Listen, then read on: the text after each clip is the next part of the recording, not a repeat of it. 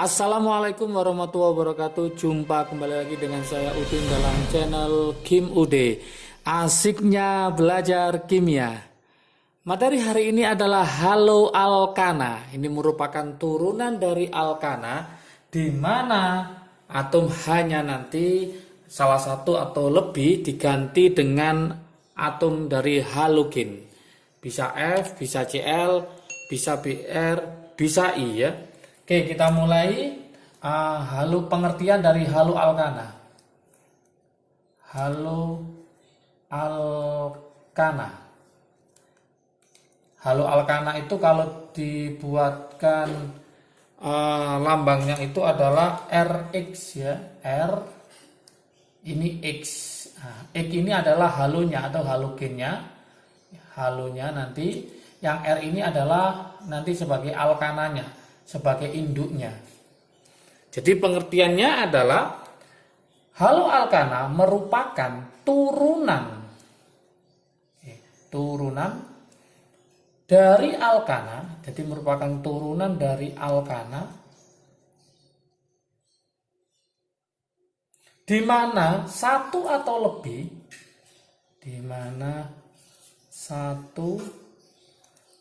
lebih, atom hanya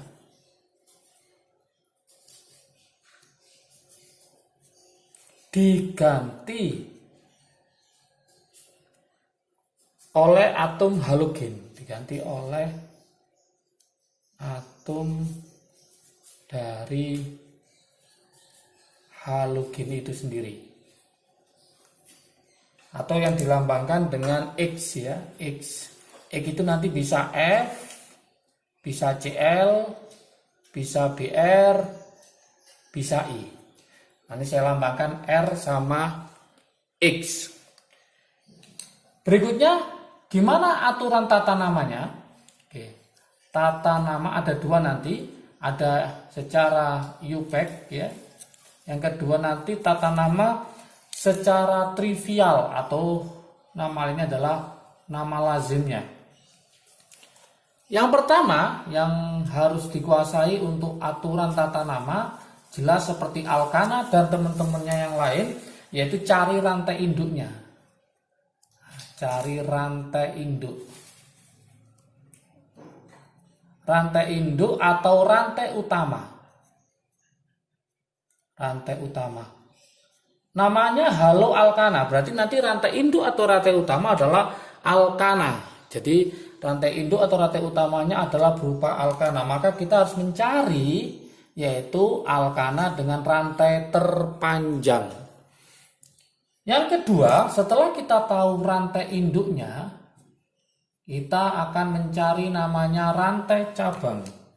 Jadi rantai cabangnya itu merupakan apa? Yaitu halo itu tadi, halogennya. Berarti yang kedua adalah menyebutkan nama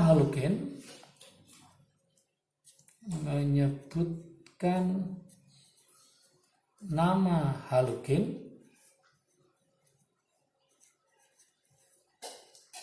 sebagai cabang. Jadi sebagai cabang. Biasanya ditulis nanti bisa namanya adalah yaitu bromo, kloro, kemudian fluoro, kemudian iodo. Ini sudah saya urutkan ya. B ini pakai C biasanya, kloro, fluoro, iodo. Jadi nanti berupa namanya halo. Halogen dari kata halo tadi ya. Yang ketiga, setelah kita bisa menyebutkan cabangnya yang berupa dari halogen tadi, yang ketiga adalah penomorannya. Ini yang wajib dikuasai. Penomorannya. Jadi penomorannya dimulai dari halogen yang memiliki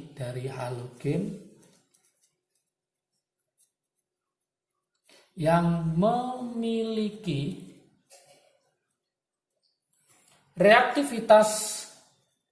Jadi dia harus mempunyai reaktivitas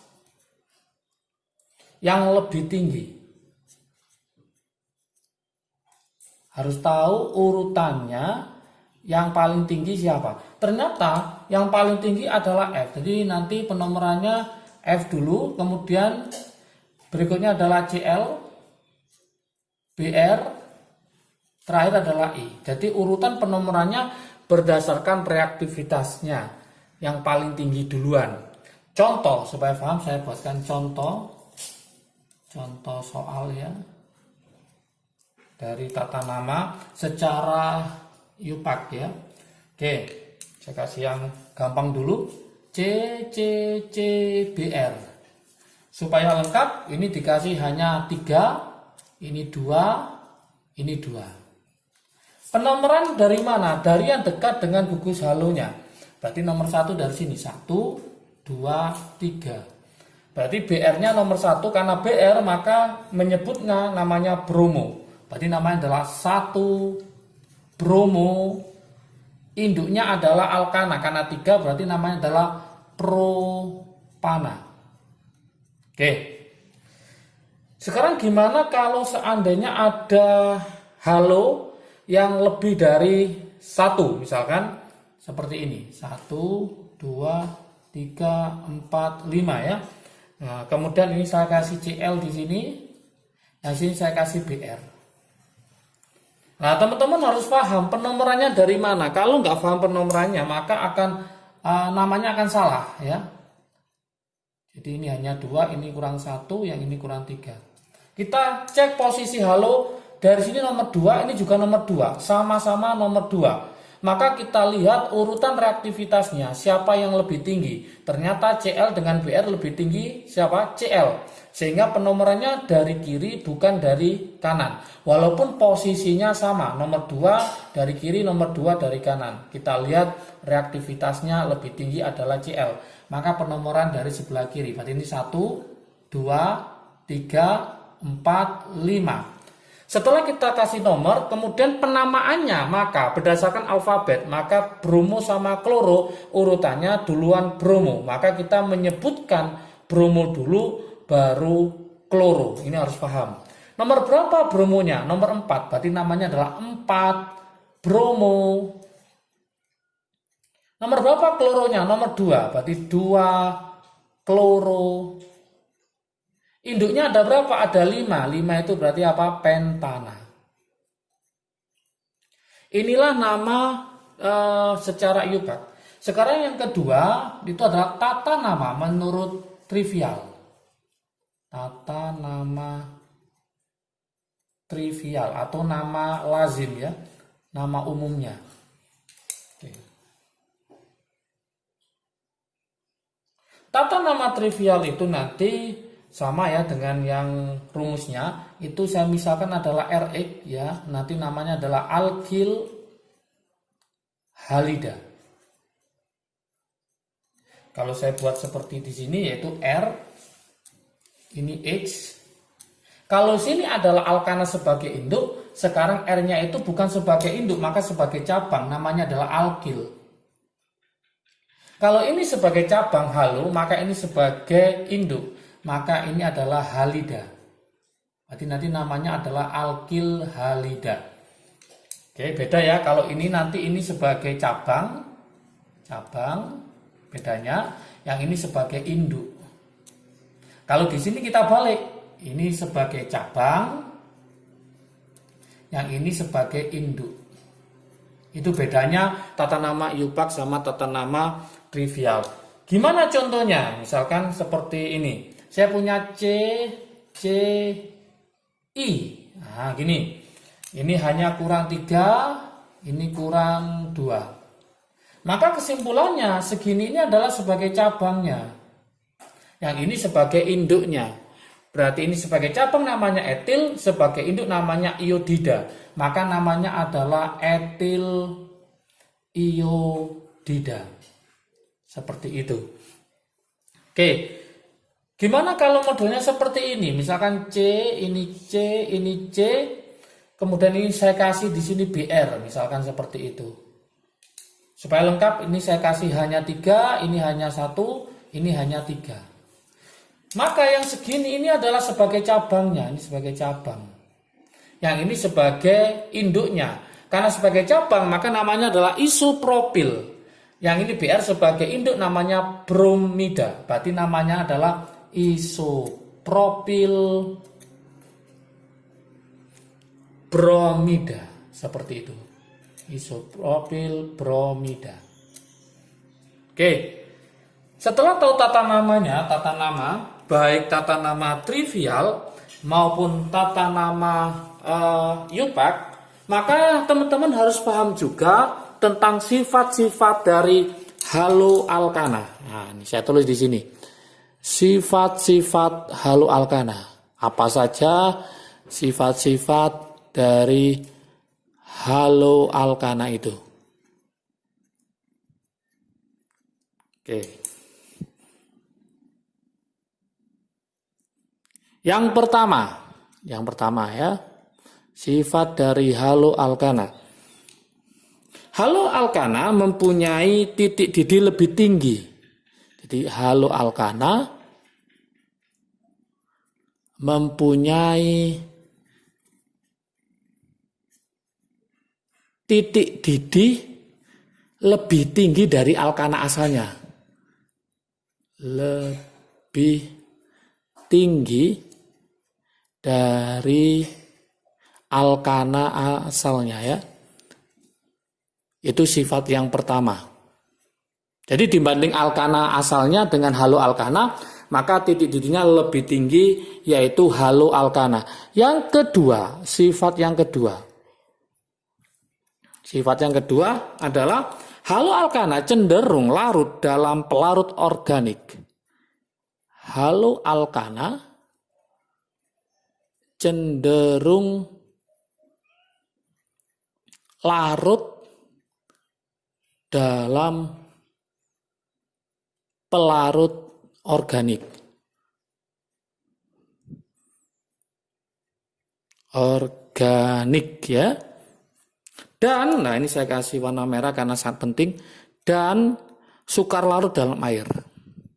Dan sukar larut dalam air. Nah, ingat-ingat, saya kasih garis bawah sukar larut dalam air. Kemudian yang ketiga, sifat yang ketiga dari haloalkana. Haloalkana dapat mengalami reaksi substitusi. Berarti haloalkana ini dapat mengalami reaksi substitusi atau bahasa lainnya itu adalah reaksi pergantian.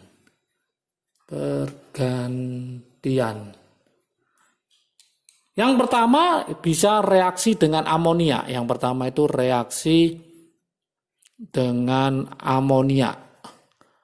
Amonia itu rumusnya apa? Masih ingat? Yaitu apa? NH3. Oke, gimana reaksinya?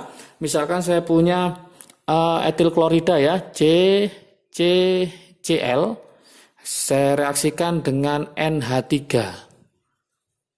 Oke, ini hanya kurang 3, yang ini kurang 2. Jadi apa nanti? Oke, H nanti akan gabung sama Cl di sini jadi HCl. Kemudian NH3 karena hanya satu masuk ke sini maka bukan lagi NH3 maka jadi NH2. Maka masuk ke sini jadi CCNH2. Berarti terjadi substitusi di mana Cl itu diganteni NH2 kemudian Cl akan gabung sama H1 di sini menjadi apa? HCl. Ini tetap ini 3 yang ini 2. Reaksi berikutnya dengan ion cyanida. Reaksi dengan ion cyanida yaitu Cn- ya, cyanida. Misalkan sama saya buatkan contoh yaitu CCCl. Cyanidanya saya buat garam namanya KCN, kalsium cyanida. Nanti jadi apa? Ini hanya kurang 3, yang ini kurang 2. Oke, K sama CL gabung, maka menjadi KCL, terjadi substitusi, kemudian CN menggantikan posisi dari siapa? Dari si CL, ini ke sini, yang ini gabung sama ini.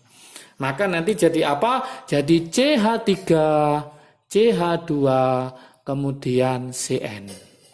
Namanya adalah etil sianida, boleh ya? Sifat yang keempat, ini harus paham juga, sifat yang keempat.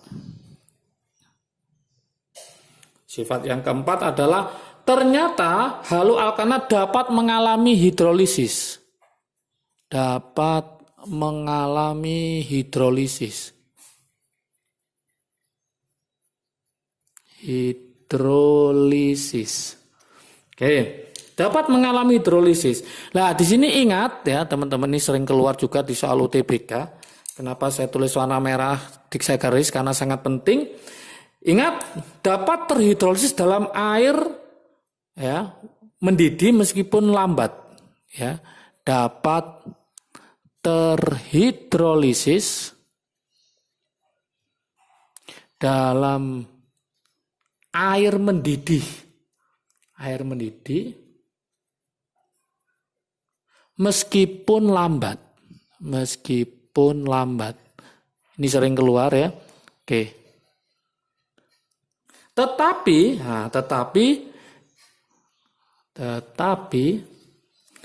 terhidrolisis dengan cepat dalam larutan alkalis,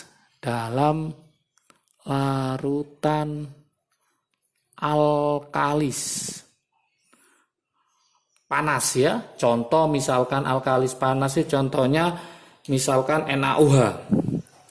Misal NaOH. Oke.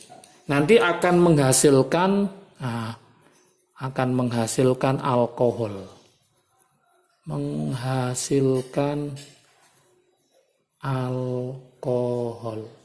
Gimana contoh reaksinya? Misalkan saya punya etil bromida ya, CH3, CH2, Br gitu ya. Saya reaksikan dengan NaOH. Sama ya, hidrolisis. Nah, terjadi substitusi di mana nanti Na ketemu sama Br, maka menjadi NaBr ya. Sini menjadi NaBr, natrium bromida. Kemudian setelah ini substitusi sama Na, kemudian OH-nya akan masuk menggantikan posisinya si Br. Ini Br sama Na, kemudian OH menggantikan posisinya Br, maka menjadi apa? Yaitu CH3, CH2OH, menjadi etanol atau etil alkohol. Berarti menjadi alkohol ya. Inilah sifat-sifat dari haloalkana. Oke, supaya paham, saya buatkan latihan soal ya. Silakan nanti dikerjakan. Jawabannya tulis di kolom komentar ya, supaya saya tahu kefahaman dari teman-teman semua. Oke, soal latihan saya kasihkan 2 soal ya. Yang pertama adalah beri nama senyawa haloalkana secara IUPAC ya, berikut ini. Kasih nama ya, berikut ini. Oke. Contohnya yang pertama, yang A ya. Misalkan seperti ini, ada 3. 1, 2, 3, 4, 5. Saya kasih di sini macam-macam, ada I, kemudian ada F, kemudian ada BR. Oke, ini I, F, BR. Yang pertama, yang kedua, yang B. Yang B, 1, 2, 3, 4, 5, 6. Supaya beda aja. Ini saya kasih I. Kemudian di sini saya buatkan cabang lain C gitu ya. Kemudian ini kasih F. Kemudian kita kasih cabang yang lain, C-nya ada 2. Oke, ini yang pertama. Yang kedua, soal latihan kedua, tulis reaksinya ya, tulis reaksi dan nama hasil reaksinya, dan nama hasil reaksi. Reaksinya siapa? Oke, hanya ada satu soal saja, yaitu misalkan saya punya C, di sini saya kasih BR ditambah KUH. Oke, nanti hasilnya apa, namanya apa, silakan dijawab di kolom komentar. Semoga bisa semua ya. Inilah Halo Alkana tentang tata nama dan sifat-sifatnya. Semoga paham. Jangan lupa kalau video ini bermanfaat bagi kalian, silahkan di-share ke teman kalian supaya manfaatnya semakin banyak lagi. Jangan lupa like, subscribe, dan komentarnya juga ditunggu supaya video ke depan dari Game UD semakin menarik dan semakin bagus lagi. Jika menginginkan materi ini bisa follow di IG Game UD atau Soliu. Silahkan dilihat, di sana sudah lengkap materinya. Jangan lupa semangat belajar, sehat selalu, salam dari Game UD, asiknya belajar kimia. Assalamualaikum warahmatullahi wabarakatuh.